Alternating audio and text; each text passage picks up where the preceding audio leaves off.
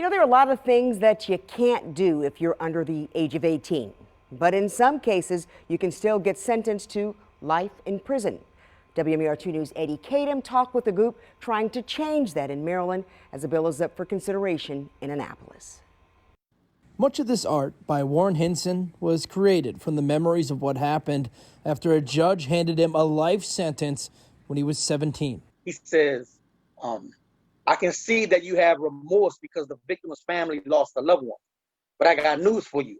Your family is losing a loved one also because you're going to prison for the rest of your natural life.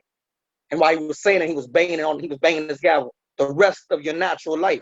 He served 28 years and was released in 2019. Now he commits his life to painting and guiding young people. I know what it's like to be a juvenile lifer. I know what it's like to have felony murder.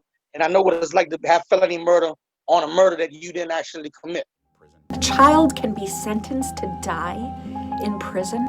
With the help of celebrities like Alyssa Milano, the Maryland Juvenile Justice Coalition is fighting to give young people a second chance. There's a huge racial disparity that exists when it comes to incarceration, and it's shameful that Maryland has the largest Black prison population in the entire country.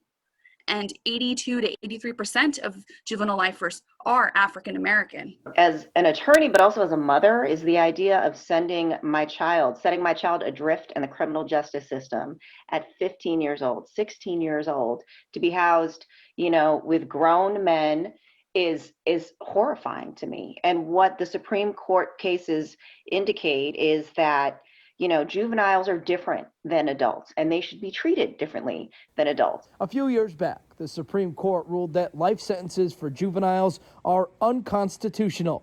Maryland is one of the only states that still holds juveniles without parole. Who have suffered more of the retributory effects of our criminal justice system rather than the rehabilitation that it should provide for as young people will get a second chance at life and to offer something to society more than simply being a tax cost. Preston Shipp is the senior policy counsel for the Campaign for Fair Sentencing of Youth. He says there's a lot of reasons young people aren't as culpable as adults, like a lack of impulse control, effects of trauma, and peer pressure. At the same time, they're also very, very have profound potential for positive transformation and to move beyond those worst moments that Erica alluded to. The group says there's no better time than now to pass laws aimed at reducing the rate of imprisonment. COVID-19 is rampant in the prison populations, not just in Maryland, it's across the United States. The Maryland House of Delegates will hold a hearing for the Juvenile Restoration Act on Thursday at 1:30 in Baltimore. Eddie Kadam, WMAR 2 News.